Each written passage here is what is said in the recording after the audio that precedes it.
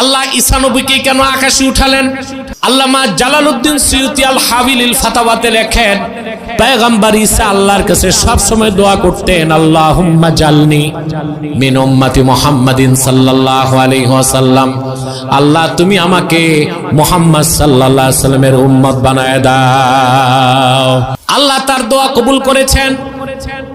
সেই জন্যই বনি ইসরায়েলের ইহুদিরা হাজার হাজার পয়গম্বরকে হত্যা করতে পারলেও মরিয়ম পুত্র ঈসাকে হত্যা করতে পারে নাই। আল্লাহ তারে আকাশে উঠায় নিছেন। হানাফি মাযহাবের শ্রেষ্ঠ আকীদার কিতাব শারহু ফিকিল আকবর দারুন নাফায়েজ বৈরুতের ছাপ 229 পৃষ্ঠায় স্পষ্ট উল্লেখ আছে, কিয়ামতের আগে দামেস্কের জামে মসজিদের ছাদে মরিয়ম পুত্র ঈসাকে আল্লাহ অবতরণ করায় দিবেন। দুইজন ফেরেশতার দুই কাঁধে ভর করে তিনি আসমান থেকে নামবেন।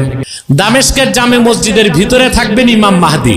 আসর নামাজের আজানও শেষ, একামতও শেষ। লোকেরা বলবে জামাত পড়ান। ইমাম মাহদি বলবেন, খবর পেয়েছে আমার ভাই ঈসা রুহুল্লাহ নামছেন। লোকেরা সব দৌড়িয়ে বাইরে বেরিয়ে যাবে।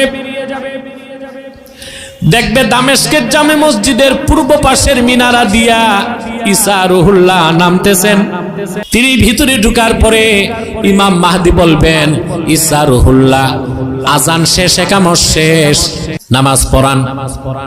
শারহু ফিকিল আকবরে আছে ইমাম আজমের মত মোল্লা আলী কারি ব্যাখ্যা করেছেন, ফায়ুশিরুল মাহদি ইলা ঈসা ইবনে মারইয়ামা বিত্তাকাদ্দুম। সুবহানাল্লাহ। ইমামে মাহদি হযরত ঈসাকে ইশারা করে বলবেন, আপনি নামাজ পড়ান, আগে যান। ইমামে মাহদি তাকে ঈসা নবী জবাব দিবেন, না, নামাজ আমি পড়াবো না, আপনি তো ইমাম, আপনি পড়াবেন। পয়গম্বর ঈসা যিনি বনি ইসরায়েলের উলুল আজম পয়গম্বর নামাজ পড়বেন মাহদির পিছে কেন? মোল্লা আলী কারি লিখেছেন, ফায়াক্তাদি বিহি লিয়াজহারা মুতাবিআত নবিয়িনা মুহাম্মদ সাল্লাল্লাহু আলাইহি ওয়াসাল্লাম। ঈসা নবী মাহদির পিছে নামাজ পড়ে এই কথার প্রমাণ দিবেন জগৎবাসীরে, আমি এখন আর নবী হিসেবে আসি নাই, মুহাম্মদ সাল্লাল্লাহু আলাইহি ওয়াসাল্লামের উম্মত হিসেবে এসেছি। আমার যে মুসলমান ভাইরা খ্রিস্টান হয়েছে, কান পেতে শুনে রাখো, পয়গম্বর ঈসা দরখাস্ত করে আল্লাহর হাবিবের উম্মত হলেন, আর তুমি তো বিনা দরখাস্তে আল্লাহর হাবিবের উম্মত ছিলা, সামান্য কিছু টাকার লোভে খ্রিস্টান হয়ে গেলা, কাল কিয়ামতের দিন কেমন করে চেহারা দেখাবা?